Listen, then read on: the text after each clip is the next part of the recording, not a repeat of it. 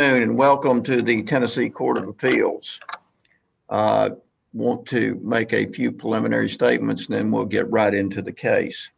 First of all, I appreciate you and your clients agreeing to participate in this Zoom process. It's not how we normally do things, but as with many things, how we normally do things is not how things are getting done now. But we appreciate you and your clients both participating. I want to introduce your panel for this afternoon. Judge Arnold Golden from Memphis, Judge Kenny Armstrong from Memphis, and I'm Steve Stafford from Dyersburg. I know you both have been to the Court of Appeals before and are familiar with what we do and how we do it, but just as a refresher, let me go over a couple of things. First, each side gets 15 minutes to make its oral argument. If you're the appellant and you wish to reserve any rebuttal time, please request that from the court after you've introduced yourself and before you begin your oral argument. The appellee gets no rebuttal time. I want to acknowledge and thank the clerk of the court, Jim Hivner, and his deputy, Angie Dempsey, for assisting us in making this process work. It's very much appreciated. And I also want to acknowledge and appreciate the AOC technology staff. They are doing a fantastic job. Having said that, Miss Angie, anything we need to take up before we get started? No, Your Honor. You may call the case. In re Estate of Henry C. Ellis III. You may proceed. Let's hear from the appellant. Please, the court. My name is Richard Parks, and I represent the appellant Nancy Neely in her individual capacity. And if I may, I'd like to reserve 5 minutes for rebuttal. All right, sir. You may proceed. Thank you, Your Honor. Your Honor, the primary issue in this case is whether or not the trial court erred in granting appellee's motion to intervene as of right in a decedent's estate case in order to collect a debt not owed by the decedent nor the estate's sole beneficiary, which is the Henry C. Ellis III Trust. Appellee filed a motion to intervene as of right under Rule 24 of the Tennessee Rules of Civil Procedure, which provides that anyone can intervene in an action under three conditions. If there's a statute that authorizes that, if the appellant claims an interest relating to the property of transaction, which is the subject of the action, and the applicant is so situated that the disposition of the action may, as a practical matter, impair or impede the applicant's ability to protect that interest, or by stipulation of the parties. In this case, there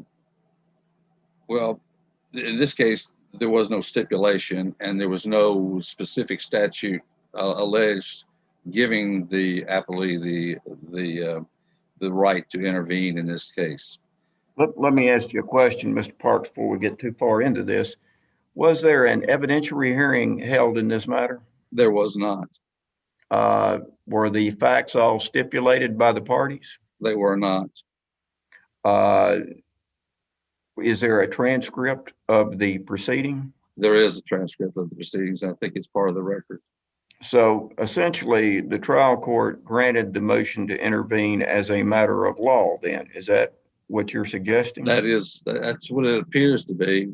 There was no hearing. In fact, the trial judge said she didn't have hearings on motions, and the motion was an unverified motion. It was just a motion to intervene, and we contested it, wanted to have a hearing, but she would not allow us to have a hearing. And there is a transcript in the record to that effect. So were there any findings made? Although I don't necessarily know how findings could be made if you didn't have a evidentiary hearing. No, Your Honor, not that I'm aware of. I mean, it was granted. Are there findings that are needed to be made or necessary to be made in a motion to intervene? Well, I believe so. According to the Tennessee Supreme Court, the burden proof to establish the right is on the movant. And in this case, the movant filed a motion with some, like I said, unverified conclusory statements, and there was no evidentiary hearing. So I would, on behalf of the appellant, assert that the appellee failed in that burden. There's a 4-part test. Well, before you get into that, out of curiosity, what facts are disputed here? Well, That may not be a fair question because we don't know can you articulate the facts in dispute? Let me ask it in that way. okay, if I may, maybe I can go back and give you a little background of it. It would be that in April of 2013, Mr. Ellis established a revocable living trust wherein he made himself the trustee and the primary beneficiary, and he appointed his eldest daughter to be the successor trustee and one of 5 successor beneficiaries. He had 4 daughters and a grandson that he made successor beneficiaries in the event of his death. And under the terms of the trust, the Nancy Neely is that eldest daughter, and she was to be the successor trustee in the event of any incapacitation or death.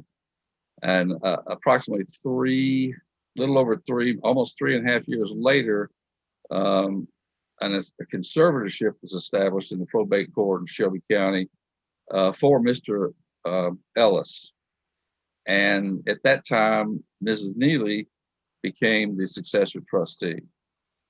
And then she was also had other capacities too, but it was a rather, to say the least, a contentious proceeding during which Ms. Neely, Mr. Ellis had a court-appointed adversary counsel, but because of the litigious nature of the proceeding, Ms. Neely felt it necessary to hire her own counsel to represent her interests, and as a result of that, she hired a law firm in Shelby County here, and at the conclusion of the proceedings in probate court, I think she switched lawyers at some time after that, but the law firm that she hired subsequently, she hired somebody else, but then Mr. Ellis died in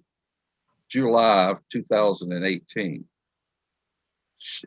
He also, at the contemporaneous with the establishment of the trust, he had a will wherein he had nominated the same Mrs. Neely to be the executrix of the estate. And so she, within 2 or 3 weeks after he died, she filed a petition in probate court to offer his will for probate and to be qualified and appointed as the personal representative for the estate.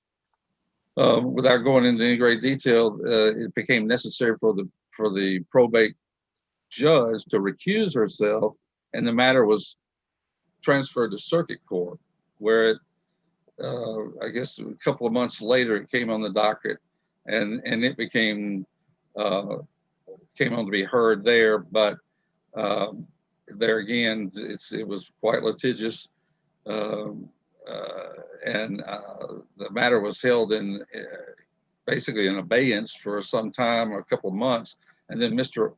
Autry, on behalf of the successor and interest of the law firm that represented Miss Neely, the judgment creditor that he represents is not the same law firm that Ms. Neely hired.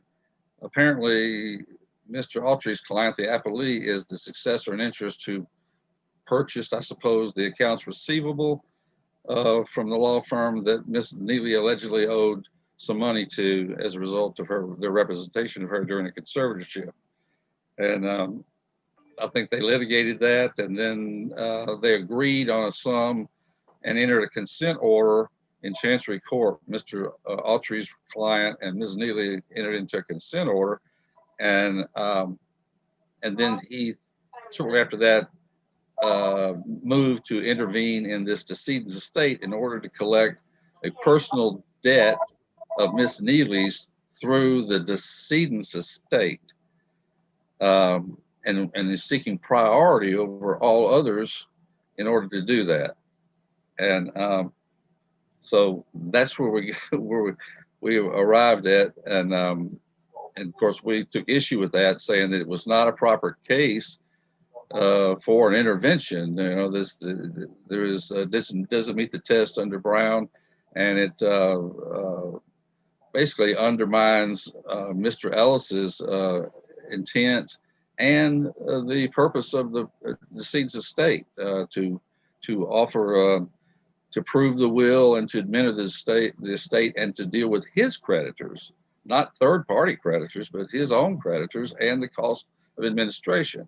But yet he was allowed, his client was allowed to intervene, and then we have filed this appeal. But, Is the estate still open, Mr. Parks? the estate is still open, yes. And Ms. Neely is the, like I said, she's the petitioner, and she's the nominated to be the executrix, but she has not been appointed. It's been held in base, and one of the reasons is because of just this type of action here. It's really impeding the normal probate of a decedent's estate.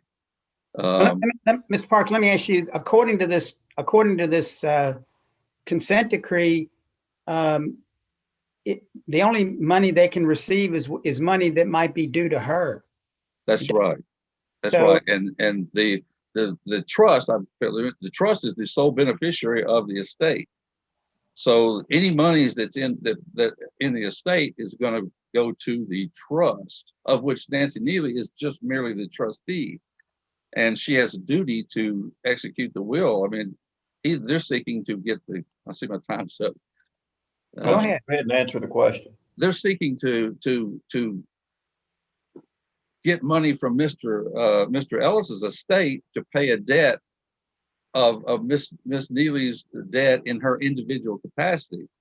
But they can't get anything until money is actually distributed to her, can they? No, they But cannot.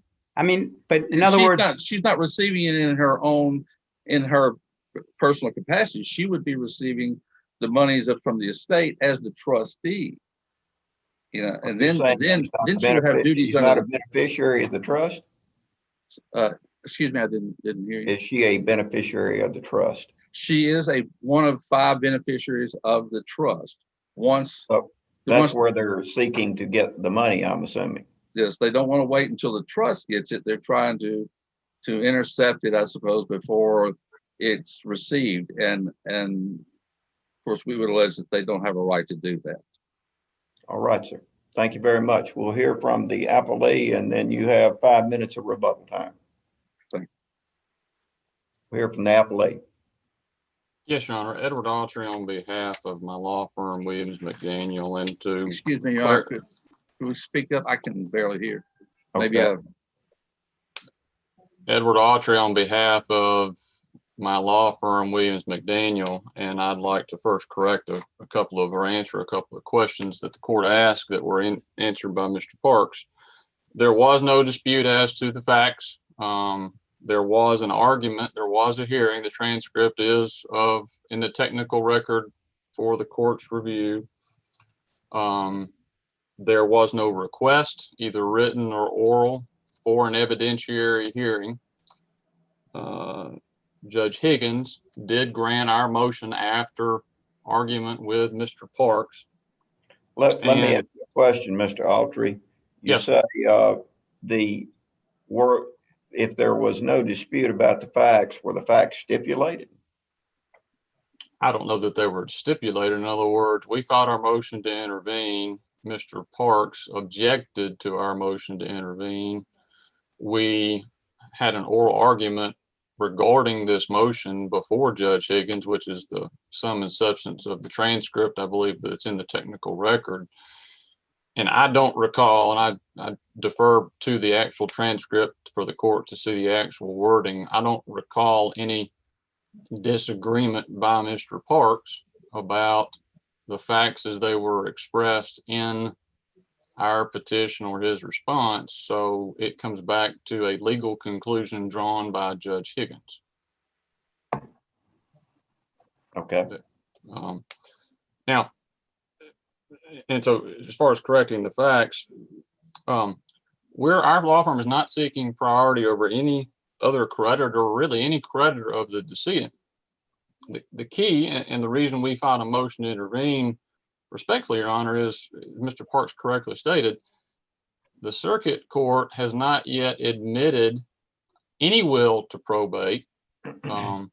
We don't know if the court will actually admit the will. Will has to be proven. There is a great deal of discord and animosity, not with respect to our law firm, but with the heirs of the estate, the heirs of the trust. And so what I think is really not necessarily dispositive, but what's concerning and what really gives us the right to intervene is in this consent order of judgment, which was entered in the Chancery Court in favor of our law firm on February the 15th of 2019. It incorporated very specific language at the time the consent order was entered that says if there was any money to be distributed to Nancy Neely from Henry Ellis's estate. Now, at the time, we didn't know where the will was, if there was a will. It certainly hadn't been admitted. As we're sitting here arguing this case today, it has not yet been admitted. So it is certainly possible that the decedent could be declared to have died intestate, which would then be an equal distribution to his heirs at law, which are his 5 children, one of which would be Nancy Neely. But the key language in that consent order says if any amount of money is to be distributed to Nancy Neely from the estate, even if it's less than our monetary judgment, our law firm has the first right to receive such monetary distribution directly from the estate until the consent order judgment has been fully satisfied. And it didn't just end there. Mrs. Neely agreed to the next language, which is key. And it says, and Nancy Neely shall participate however necessary in order to cause the estate to effectuate such distribution to Williams McDaniel. And so we believe that based on behavior and a number of reasons and documents filed that are in the technical record, that she was never going to adequately represent our interest. In other words, yes, the judgment has that language in it, but as this panel well knows, sometimes the judgment's not worth the paper it's written on, because yes, she said she was going to do it, but in actuality, will she really protect the interest of law firm she owes a lot of money to? And the answer, in our opinion, was no. So that was the fourth part of the right to intervene test. We certainly have a substantial legal interest in the subject matter of what's pending because of the language, again, that the appellant voluntarily agreed to. Our ability is impaired if we're not able to participate in the proceedings, not necessarily to control or direct the proceedings, but certainly to have the ability to watch, monitor, question, challenge, whether the will's admitted, not admitted, testate, intestate, where the money is flowing from or to, how the assets were owned.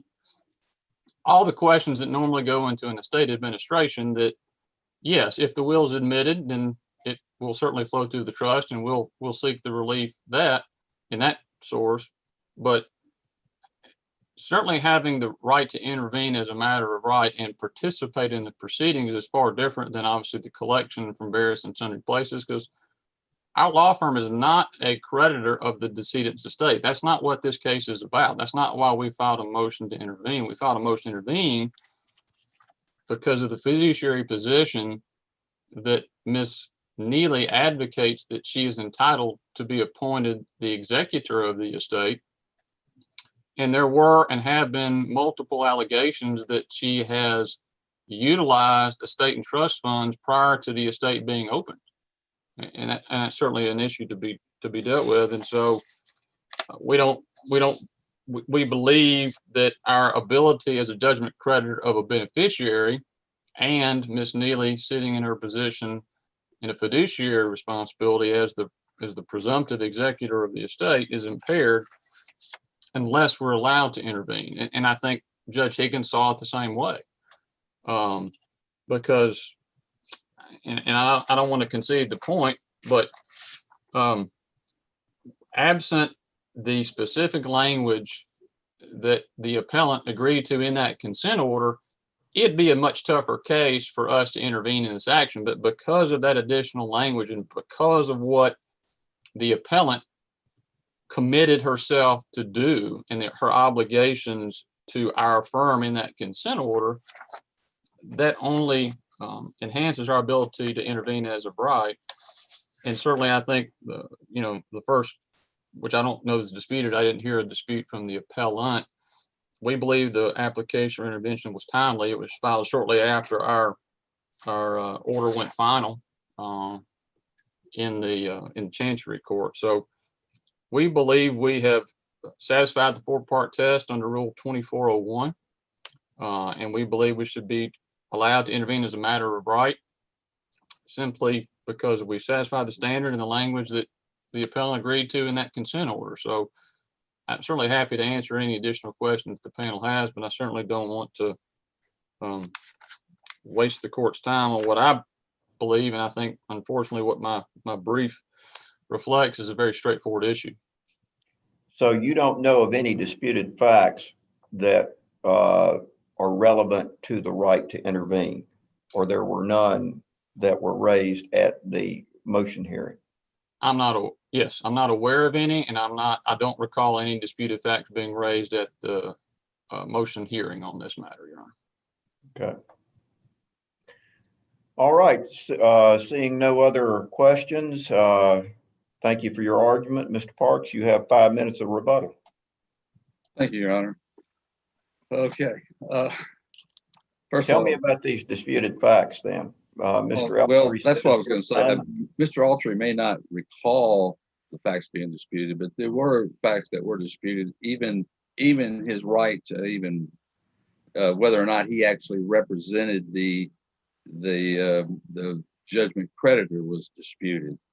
I believe that's in the record as well. We wanted to find out, because of some things that had happened prior in the Chancery Court and notice not being given and everything. And it seemed as though that we were not sure whether or not Mr. Altry actually represented, and we wanted to know whether or not, because there was no relationship between Mrs. Neely and the judgment creditor, McDaniel Williams, or Williams McDaniel. Why is that even relevant, since you've got a consent judgment? Well, that agrees to do this. And she signed it. Her signature's on there. Yeah. In addition, if she had an attorney, I'm not sure who was representing her, but her signature's on there as approving it. right. But her signature and all that agreement was in her individual capacity. And she certainly, we're not contesting the validity of that agreement. Ms. Neely signed it, but she signed it in her individual capacity. She didn't have the right to not execute the will according to the terms of the decedent. And the will has been admitted. I don't understand just what you've said. I don't either, because I'm looking at the language like I was saying earlier when I asked you the question. All she's agreed to here is to any monies that any monetary distribution to her that may come from the estate. What is the problem with the estate? I don't see the problem here. Well, can you point that out? She's not receiving anything from the estate. The trust is receiving it from the estate. Yes, but Ms. Neely is not receiving. Isn't she going to receive something from the trust as a beneficiary? We're not sure about that. That has not been settled. We don't know. There are 5 people, and there are still ongoing issues. The pot, so to speak, has been severely reduced, and there are different people are responsible for different costs that have reduced that pot. And so there's going to be even more argument about that. And so ultimately, you know, and of course they just have not proved the 4 points. You know, he's got to do all of them. And you know, the fact that it hadn't even really shown that, I mean, that he's been impaired. The judgment creditor is not necessarily going to be foreclosed from any further collection efforts if it's So wait a not minute, let's talk about that impairment thing. If she's the executor or she's the trust administrator and she decides when and how and who to make these distributions to, obviously either guided by the trust or the estate, wouldn't it be a logical assumption for any creditor of hers to be concerned about her distributing things to herself? Well, there was no evidence presented that would generate a concern like that. There's no evidence been presented by the appellee to indicate that Ms. Neely would not, when she received funds from the trust, pay Mr. Autry or his client. They If offered that's no the evidence. only issue, though, if the only issue is, as Mr. Autry has posited it, that he wants to receive whatever she receives, either as beneficiary of the trust or beneficiary of the state, to satisfy this judgment. Is there any question about that? There's no question that's what he says he's seeking. Yes, but Well, Isn't that all he's entitled to seek? well, Isn't that all he's entitled to seek? under the consent order? Yes, that's all he's entitled to. Well, But this and is that's not a my proper case. follow-up question to you is this. Under that consent order, which as I understand it is a valid final order, why is he not entitled to do that? Because Mrs. Neely is not receiving that money.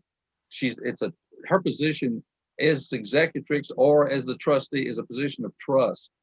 She has a duty to, as a fiduciary, to the estate, and also the intentions of the decedents should be taken into Are you account. concerned that Mr. Autry's client will try to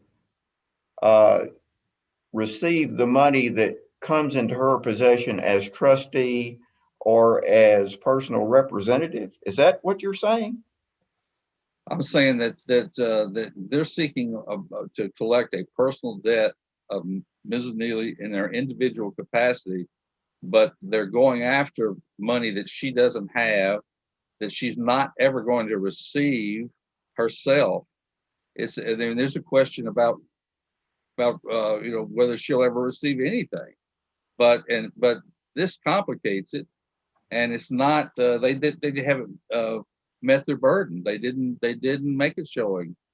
You know, I guess we could agree that they have a right in this and that, but they didn't, in their pleadings and in their argument, did not make a case according to Tennessee law that they're entitled to it as a right.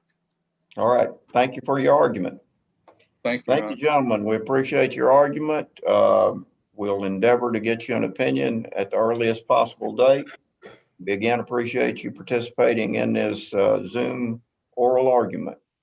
Thank you. Angie, if you would, please recess court until the call in the next case. This honorable court is in recess until 2 p.m. Thank you.